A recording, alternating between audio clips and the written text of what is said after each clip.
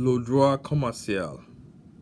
Les genres de sociétés en France sont très différents de ceux des États-Unis et du Canada. Il n'est donc pas étonnant que les Français aient des obligations légales et des notions juridiques quelquefois inconnues de ce côté de l'Atlantique. Dans cette section, les différentes sociétés seront étudiées plus en détail, ainsi que les responsabilités des entreprises vis-à-vis de la loi et ce qu'est un fonds de commerce. Parmi les entreprises privées, il faut compter 1. Les entreprises individuelles. 2. Les sociétés de personnes. 3. Les sociétés de capitaux. 4. Les sociétés à responsabilité limitée. À cela, il faut ajouter 2 sortes de sociétés publiques, les sociétés nationalisées et les sociétés d'économie mixte.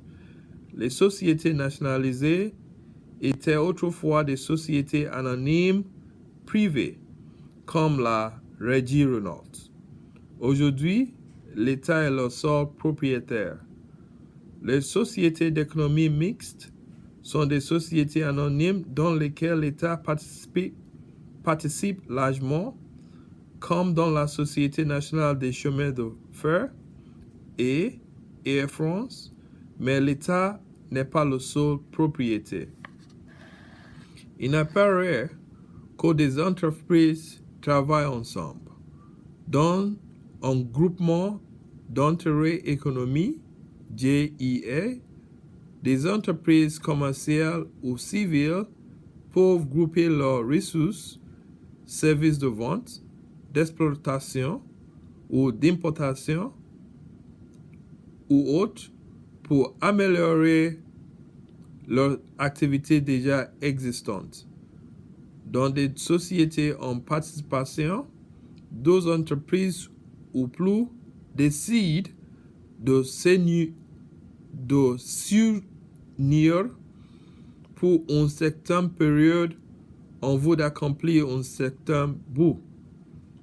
Les termes de leur accord peuvent varier en ce qui concerne les apports, la division des pertes et des profits, et la désignation d'un gérant pour l'opération. Ces 2 méthodes de travailler ensemble s'y utilisent au Canada et aux États-Unis, mais la loi française règle certains détails d'une façon différente. Dans d'autres circonstances, une autre entreprise peut contrôler une autre entreprise en France, au Canada et aux États-Unis. Un sociétaire mère contrôle sa filiale, bien que cette dernière soit juridiquement distincte de la société mère. La filiale a une dénomination différente de celle de la société mère. Par exemple, si Ford Motor Company a une filiale, elle peut s'appeler Ford France, mais non pas Ford Motor Company. Par contre, un succursale est un établissement secondaire de siège social et elle garde le même nom. La Banque nationale de Paris a beaucoup de succursales à travers la France. Un holding contrôle un groupe d'entreprises, tandis qu'un conglomérat